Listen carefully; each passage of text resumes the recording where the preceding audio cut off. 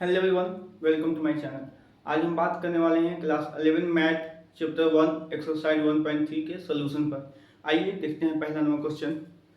पहला number question कहता है make correct statement by filling in the symbol subset और not of subset in the blank space. जो मेरा नीचे क्वेश्चन लिखा हुआ है 1 to 7 तक, इसमें हमको बताना है कि कौन सबसेट है और कौन नहीं है। देखिए फर्स्ट नंबर को देखते हैं। इसमें फर्स्ट में है 2, 3, 4 एंड सेकेंड में लिखा हुआ है 1, 2, 3, 4, 5। अब बताइए जो आगे में जो लिखा हुआ है, मान लेते हैं ये सेट ए है और ये सेट बी है, तो क्या ए सबसेट है बी का या नहीं? देखिए सबसेट का डिफिनीशन क्या कहता है कि जो सेट ए है उसमें जो भी एलिमेंट है सभी सेट बी में बिलोंग करने चाहिए। मतलब जो भी सेट ए का एलिमेंट है सभी बी में होना चाहिए। तो 2 है तो यहाँ भी 2 है, 3 है तो यहाँ भी 3 है, यहाँ 4 है तो यहाँ भी 4 है, इसलिए ये क्या होगा? सबसेट। सेकेंड नंबर क्वेश्चन में आते हैं।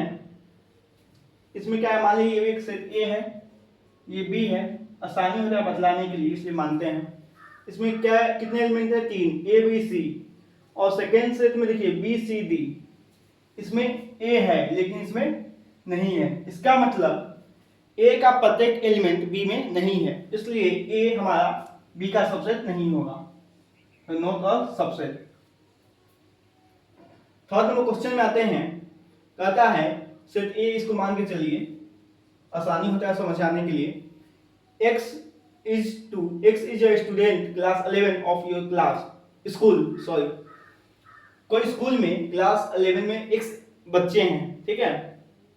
और सेकेंड जो स्टेटमेंट हमारा सेट बी, ये कहता है x student of your school. ये सिंपल कहता है आपके स्कूल में x स्टूडेंट है। तो क्या थर्ड हमारा जो क्वेश्चन नंबर है ये सबसेट है बी का कि नहीं? तो हाँ, ये सबसेट है बी का। मान लीजिए आपके स्कूल में क्लास 11 में 1, 2, 3 तक बच्चे हैं, ठीक है। और पूरे स्कूल में 1, 2, 3 ऐसे करके मान लीजिए 500 बच्चे हैं। तो ये जो भी स्टूडेंट है 11 का, क्या सब बिलोंग करते हैं स्कूल में? तो हाँ करते हैं, इसलिए ये क्या हो जाएगा? सबसेट। ये जो होगा बी का सबसेट होगा। आते हैं 4 नंबर में। कहता है x is a circle in the plane. कोई प्लेन फिगर है, ठीक है, उसमें सर्कल दिया हुआ है। और सेकेंड क्या कहता है, x is a circle in the same plane with radius with radius 1 unit. कहता है उसी प्लेन में सर्कल है जिसका रेडियस 1 यूनिट है। अब देखिए क्या कहने का मतलब है, एक सेकंड देखिए, एक प्लेन है, इसके अंदर बहुत सारे सर्कल हैं, ठीक है। इसका यूनिट आर रेडियस कुछ भी हो सकता है, इसका आर 1 भी हो सकता है, 2 भी हो सकता है, 3, लेकिन जो इसका रेडियस है वो फिक्स है, कितना होगा? 1 यूनिट। तो क्या 2, 3 जो यूनिट का जो रेडियस का जो सर्कल होगा ये इससे बिलोंग करेगा? तो नहीं करेगा, इसलिए ये नॉट अ सबसेट है, ठीक है। क्वेश्चन नंबर 5 में देखिए x is a triangle in a plane. कोई प्लेन में x ट्रायंगल है, ठीक है। और सेकेंड नंबर क्या कहता है statement, x is a rectangle in the plane. क्या ये ट्रायंगल का बात कर रहा है? ये रेक्टेंगल का, तो एलिमेंट कोई मिलेगा? पॉसिबल ही नहीं है, इसलिए ये भी नॉट अ सबसेट होगा। क्वेश्चन नंबर 6 देखिए x is an equilateral triangle in a plane. एक प्लेन में इक्विलैटरल ट्रायंगल दिया हुआ है। इक्विलैटरल मतलब जिसका तीनों एंगल सेम हो। और सेकेंड स्टेटमेंट कहता है x is a triangle in the same plane. किसी भी प्लेन में बहुत सारे ट्रायंगल हैं, इसका मतलब ये जितना भी इक्विलैटरल ट्रायंगल है सब इस सेट से बिलोंग करेगा, इसलिए ये क्या हो गया? सबसेट। अब बात करते हैं क्वेश्चन नंबर 7 का। ये क्या कहता है, x is N even natural number. किसी सेट में सिर्फ इवन नेचुरल नंबर है, और सेकेंड स्टेटमेंट कहता है x इज एन इंटीजर, और इसमें इंटीजर है मतलब माइनस इंफिनिटी से इंफिनिटी तक, ठीक है। और इसमें क्या कहता है, सिर्फ इवन नेचुरल नंबर है, मतलब 2 4 6 ऐसे करके, ठीक है। तो इंटीजर में क्या 2 3 4 ये सब नहीं आएगा, जितना भी इवन नेचुरल नंबर है या नेचुरल नंबर है सब इंटीजर से बिलोंग करता है, इसलिए ये भी क्या हो जाएगा, सबसेट। ये जो स्टेटमेंट है इसका सबसेट होगा। आई होप आपको एक्सरसाइज का क्वेश्चन नंबर समझ में आया होगा। Please note down.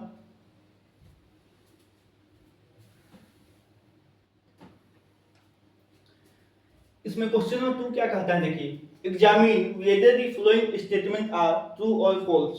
जो नीचे स्टेटमेंट लिखा हुआ गया है 1 से 6 तक, ये ट्रू है या फॉल्स है। इसमें भी हमको बताना कौन सबसेट है कौन नहीं है, कौन बिलोंग कर रहा है या नहीं। पहला नंबर है a, b not a subset b, c, a। क्या ये सही है? तो देखिए a इसमें भी है, इसमें भी है, b इसमें भी है, इसमें भी है। इसका मतलब a, b जो है वो सबसेट होगा b, c, a का। तो यहाँ क्या लिखा हुआ है, नॉट अ सबसेट, इसलिए क्या हो गया, फॉल्स।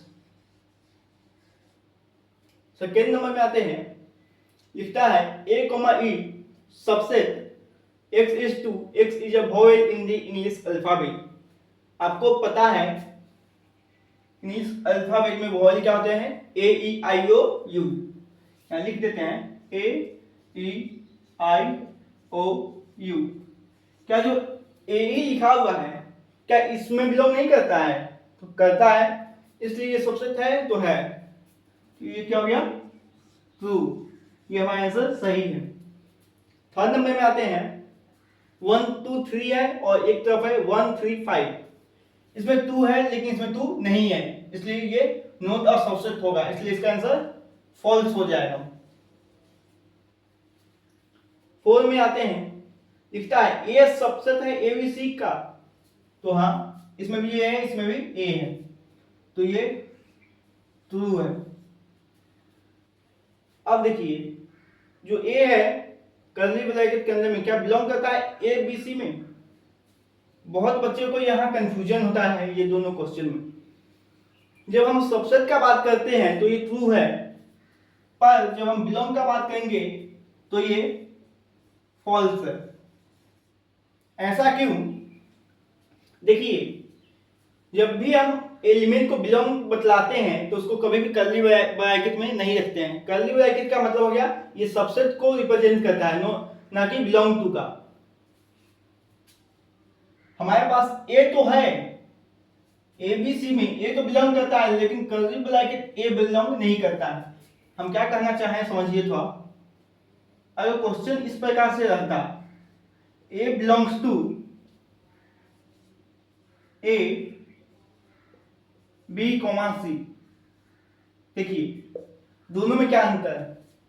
इसका मतलब हो गया ये सबसेट का बात कर रहे हैं, a belongs to a b c. तो यहाँ ए नहीं है, कर्ली ब्रैकेट ए है, ये इसमें है नहीं है, इसलिए ये फॉल्स है। लेकिन इसमें देखिए अगर ये कहता curly bracket A belongs to ये, तो देखिए इसमें बिलोंग कर रहा है, इसके लिए इसका आंसर ट्रू होता।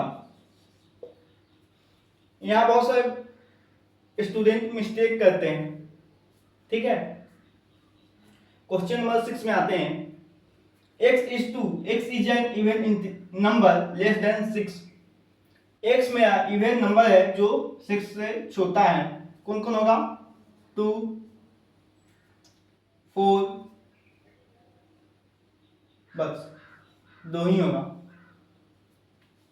यहाँ लिखा हुआ है x is a natural number which divide 36। 36 को डिवाइड कौन करेगा, 1 2 4 3, सॉरी हाँ 1 2 3 4 होना चाहिए, उल्टा लिखा गया है, एंड 6। अब बताइए 2 4 इससे बिलोंग करता है, तो करता है, इसलिए ये क्या हो गया, ट्रू। आई होप आपको ये सब समझ में आ रहा होगा। Please note down.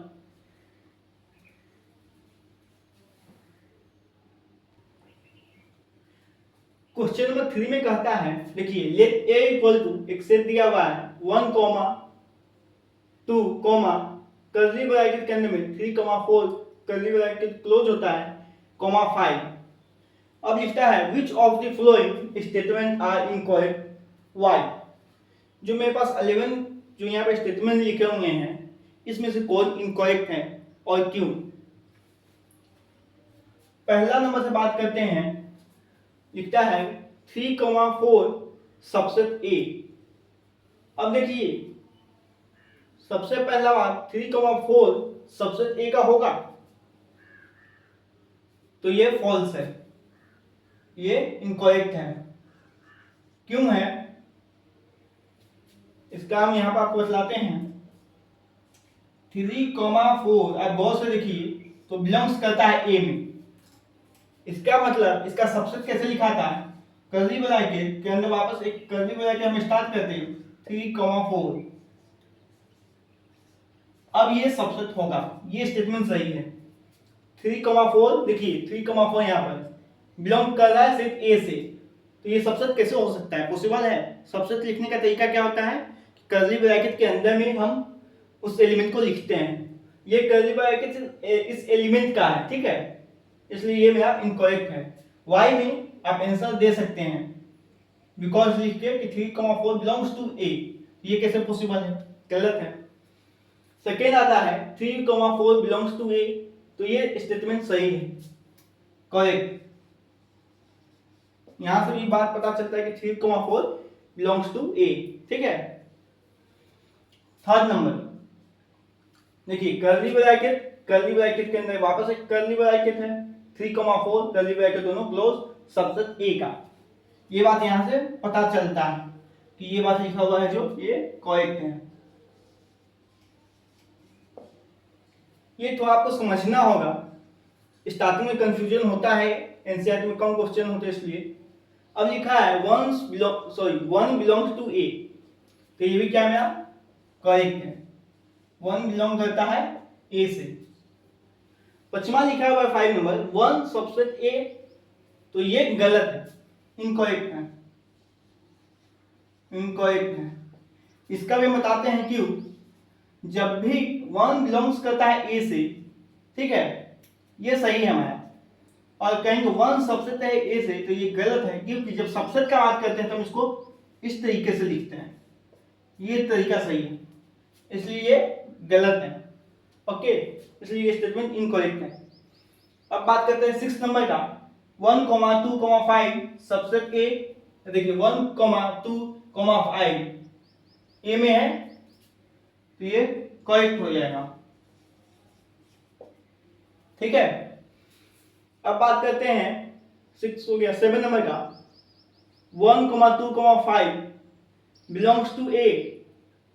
अब देखिए फिर यहां पर इनकरेक्ट हो गया, इनकरेक्ट क्यों हुआ, इसको देखिए, इस बात को यहां पर दिखाते हैं आपको।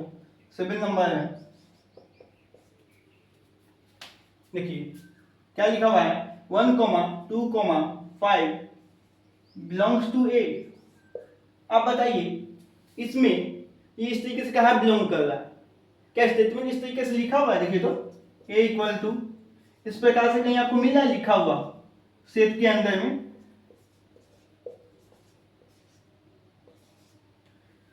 इस प्रकार से है लिखा हुआ नहीं। 1, 2, 5 कर्ली ब्रैकेट बिलोंग कर रहा है ए में, तो नहीं कर रहा है, इसलिए ये इनकरेक्ट हो गया है, ये गलत है। अब बात करते हैं 1, 2, 3 सबसेट है ए का। देखिए 1, 2 तो है, लेकिन 3 इसमें बिलोंग नहीं कर रहा है। 8 नंबर में देखिए 1, 2 तो हो रहा है, लेकिन जो आपका 3 है कहता है कि ये बिलोंग करता है ए से, तो नहीं। क्यों, क्योंकि जो 3 है डज नॉट बिलोंग टू ए। आप देखिएगा इसमें तो 3, 4 है एक कर्ली ब्रैकेट के अंदर में, यहां से ये बिलोंग कर रहा है, 3 कहां बिलोंग कर रहा है, इसमें है ही नहीं 3, इसलिए ये भी जो 8 नंबर है मेरा इनकरेक्ट है।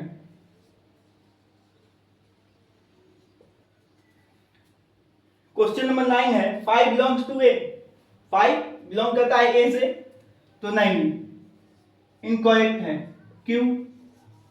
क्योंकि हमको ये बात पता है 9 नंबर का, देखिए 5 सबसेट होता है एवरी सेट का, इसलिए हम 5 सबसेट ये लिख सकते हैं, ठीक है। क्यों? क्योंकि 5 सबसेट ऑफ एवरी सेट, प्रत्येक सेट का 5 क्या होता है? सबसेट होता है, हिस्सा होता है। इसलिए क्वेश्चन नंबर 10 जो मिला है 5 सबसेट ए, ये सही है। बात करते हैं 11 नंबर, तो 5 को कर्ली ब्रैकेट के अंदर में लिख दिया सबसेट ए, तो ये भी मेरा इनकरेक्ट है। क्यों? अब जानते हैं कि ये पॉसिबल ही नहीं कि 5 को लिखने का ही दो तरीका है। देखिए 5 को हम चाहे तो इस प्रकार से लिख सकते हैं या इस प्रकार से, लेकिन 5 के अंदर एक और 5 आपका ये बिलोंग सबसेट है ए का, तो नहीं, 5 सबसेट से बिलोंग करता है, ये नहीं। आई होप आपको क्वेश्चन नंबर 3 समझ में आया होगा, थोड़ा कंफ्यूजन है, लेकिन अभी क्या कहें, आप जब आए सवाल एनसीईआरटी को सॉल्व कीजिएगा सही से तो आपको ये सब क्लियर हो जाएगा। आई होप आपको समझ में आया होगा।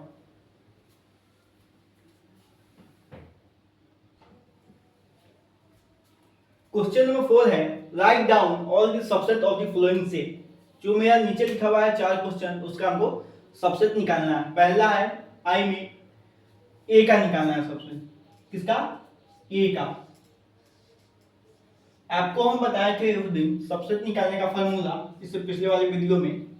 देखिए शॉर्टकट में लिख रहे हैं, सबसेट इक्वल टू 2 पर पावर एम। एम क्या बतलाता है हमको?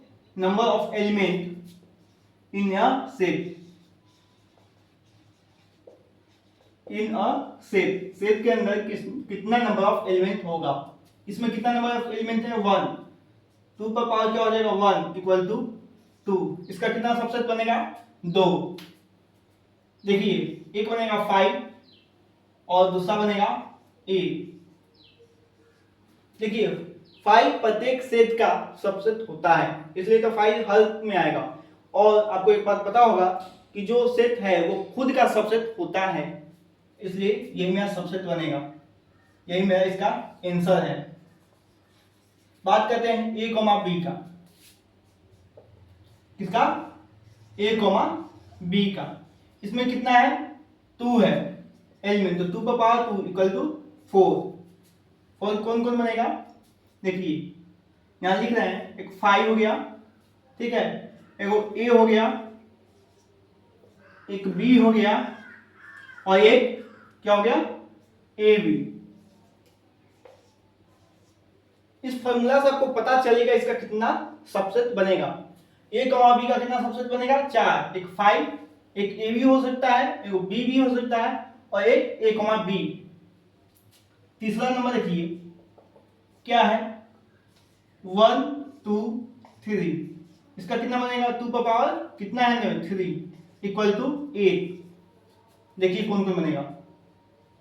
एक 5 तो बनेगा ही, एक बनेगा 1, एक बनेगा 2, एक बनेगा 3, ठीक है। उसके बाद एक बनेगा 1,2 और एक बनेगा 1,3, ठीक है।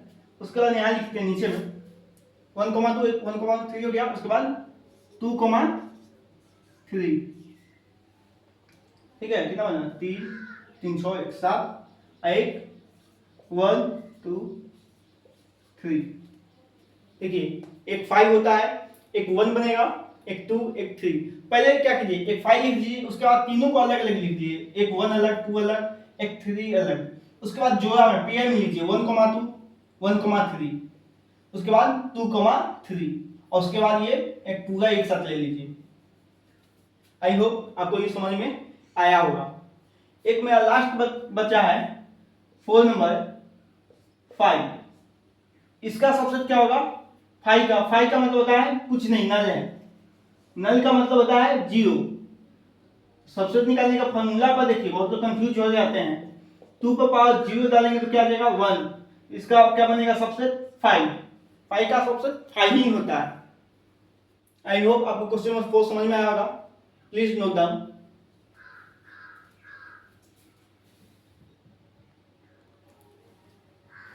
क्वेश्चन नंबर 5 क्या कहता है, write the following as interval. जो नीचे लिखा हुआ है उसको हमको इंटरवल में लिखना है।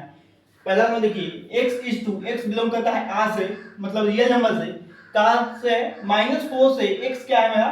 बड़ा है, ग्रेटर है, और 6 के इक्वल है या उससे छोटा है। इसको हमको किस में लिखना है? इंटरवल में। -4 से बड़ा है, इसका मतलब है, इसका आंसर लिख रहे हैं यहाँ पर, -4 उसमें शामिल नहीं होगा। कैसे लिखेंगे? स्मॉल ब्रैकेट लगाएंगे, -4 को लिखेंगे। और क्या कहता है देखिए, 6 के बराबर है या 6 से छोटा है x, तो इसमें 6 इंक्लूड है, मतलब 6 के बराबर मतलब 6 इसमें हो सकता है, इंक्लूड है, इसलिए स्क्वायर ब्रैकेट। और इसमें 4 क्या है? एक्सक्लूड है, 4 इसमें शामिल नहीं है, इसलिए इसको क्या ओपन इंटरवल कहते हैं, इसको क्लोज इंटरवल, इसको हम लोग स्मॉल ब्रैकेट भी कहते हैं। अब बात करते हैं इसमें x is two, x belongs to r, same बात है। x है जो क्या है मेरा रियल नंबर है, जो -12 जो है मेरा -12 बड़ा है किससे? x से, और -10 क्या है? -x क्या है मेरा? -10 से छोटा है। कहने का मतलब -12 से x बड़ा है, -12 इसमें शामिल नहीं है, इसलिए ओपन ब्रैकेट। कहां तक है? 10 से पीछे है, इसका मतलब है 10 तो लिखेंगे, लेकिन कौन ब्रैकेट लगाएंगे? ओपन ब्रैकेट, क्योंकि नीचे में इक्वल टू का साइन होता है, तब क्या लग जाता है? Close bracket. इसका मतलब है कि इसका आंसर किसके किसके बीच में है? -12 से -10 के बीच में। अब बात करते हैं थर्ड नंबर का, x is two, x belongs to r। देखिए जो मैं 0 है, सॉरी जो मैं x है 0 के बराबर है या 0 से बड़ा है, और x मेरा 7 से छोटा है। बराबर का नीचे साइन, इसका मतलब ये क्लोज ब्रैकेट, मतलब इसमें 0 मेरा शामिल है, इंक्लूड है, तो 0 कॉमा 7 मेरा इसमें नीचे बराबर नहीं, मतलब 7 इसमें शामिल नहीं है, इसका मतलब एक्सक्लूड है, इसके लिए ओपन ब्रैकेट। देखिए x is two, x belongs to r, same बात वही है। मेरा 3 क्या है, सॉरी x जो है 3 के बराबर है या 3 से मेरा बड़ा है, ग्रेटर है, और 4 x जो मेरा है 4 से छोटा है, स्मॉलर है, या 4 के बराबर है। इसका मतलब यहाँ पर मेरा 3 इंक्लूड है और 4 भी इंक्लूड है। पहचानेंगे कैसे?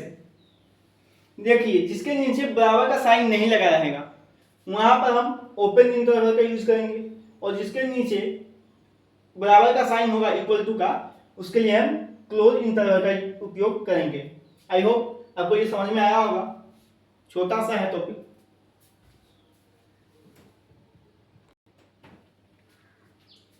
क्वेश्चन नंबर 6 में देखिए, right the flowing interval in set builder form. अब जो इंटरवल हमको दिया हुआ है इसको किसमें लिखना है? सेट बिल्डर फॉर्म में। क्वेश्चन नंबर 5 में जो करना था उसका उल्टा है ये। एक सेकंड ब्रैकेट में देख लेते हैं, -3, में। देखिए यहाँ पर दोनों तरफ क्या लिखा लगा हुआ है? Open interval. यहाँ से कहा था -3 से 0 तक, तो लिखेंगे कैसे? सेम टू सेम जो लिखा हुआ था वैसे। x is two, x belongs to r, ये कॉपी लाइन है, कुछ है नहीं। x कोई इसके अंदर एलिमेंट है जो किससे बिलोंग करता है? r से। x कहां से कहां तक होगा? -3 से। x मेरा बड़ा होगा और 0 से छोटा होगा।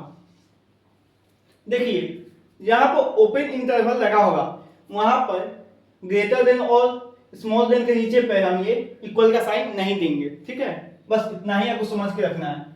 सेकेंड में सेम स्टेप है। देखिए क्लोज इंटरवल है, मतलब 6,12 इसमें इंक्लूड होगा। इसका मतलब है x is two, x belongs r, जो मेरा x है क्या है? क्लोज है। इसका मतलब बड़ा भी हो सकता है या इक्वल टू x के, और x मेरा छोटा हो सकता है या बराबर हो सकता है 12 के। क्लोज में नीचे में इक्वल का साइन होता है, ओपन में साइन नहीं होता है। लिखने का तरीका के लिए बता रहे हैं। Same to same step, x is two, x belongs r। देखिए यहां पर एक साइड में लगा हुआ है ओपन इंटरवल और दूसरे साइड में क्लोज, तो क्या होगा, इसका मतलब है कि इसमें 6 शामिल नहीं है, इंक्लूड नहीं है, एक्सक्लूड हो गया हुआ है, ठीक है। और 12 हमारा शामिल है, इसका मतलब देखिए एक टेक्निक है, कुछ नहीं करना है, इसका मतलब ये है कि नीचे में इक्वल का साइन नहीं होगा, ओपन में, क्लोज में नीचे में इक्वल का साइन होगा, ये आपको माइंड में रखना है, तो आपका कभी भी गलत नहीं हो सकता। देखिए सेम हम यहाँ पर क्या है, -23 के पहले क्लोज है, 5 के बाद ओपन है, तो same to same line x belong कहाँ से करता है, रियल नंबर से, यहाँ क्लोज है, इसका मतलब है कि -23 जो है मेरा शामिल है x में, और 5 जो है एक्सक्लूड है, शामिल नहीं होगा। आई होप आपको समझ में आया होगा। देखिए जहां पर ओपन होगा वहां पर नीचे में इक्वल का साइन नहीं होगा, जहां पर क्लोज होगा वहां में इक्वल का साइन होगा। आई होप आपको ये सब क्लियर होगा।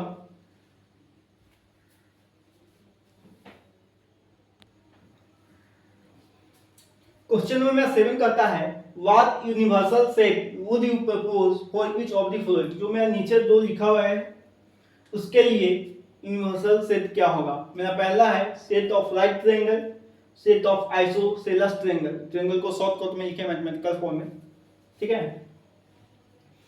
पहले आपको पता होगा यूनिवर्सल सेट क्या है, ठीक है, आप इंट्रोडक्शन देखे रहिएगा।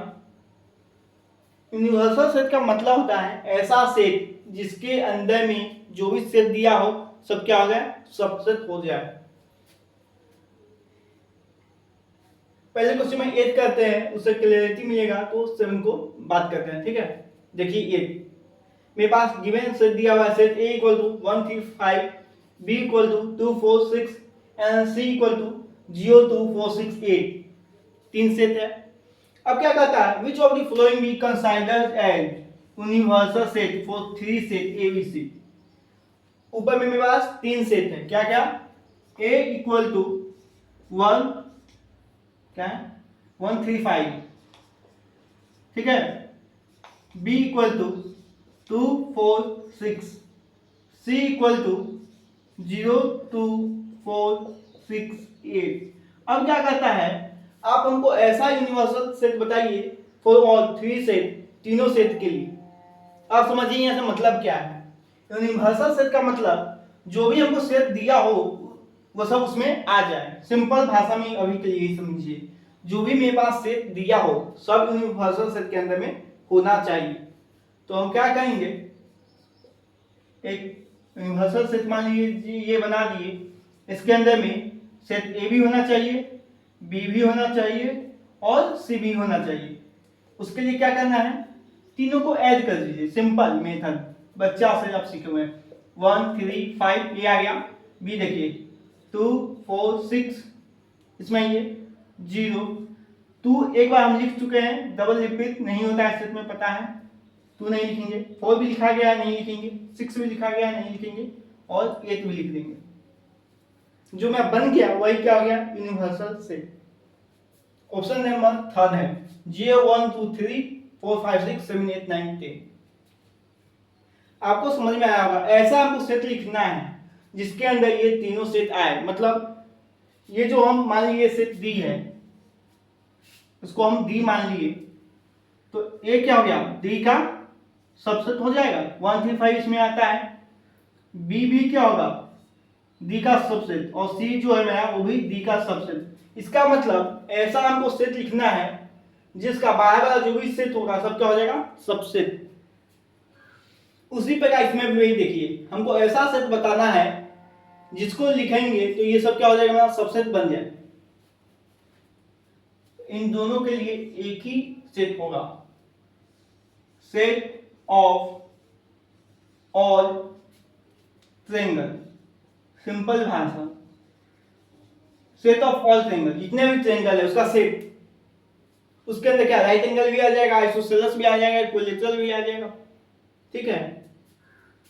मान लीजिए ये इक्विलैटरल है, एक सेकेंड, ये राइट एंगल हो गया, ये 90 डिग्री, ये आपका आइसोसेलेस है, दो एंगल बराबर है, सब इसी के अंदर में आ जाएगा। ठीक है, और ये आपको ये थोड़ा दिक्कत होता होगा यूनिवर्सल सेट को समझने के लिए, लेकिन जैसे जैसे टाइम बीतेगा आपको समझ में आने लगेगा। Thank you for watching. कोई दिक्कत हो तो आप हमें कमेंट कर सकते हैं। असुविधा के लिए खेद है।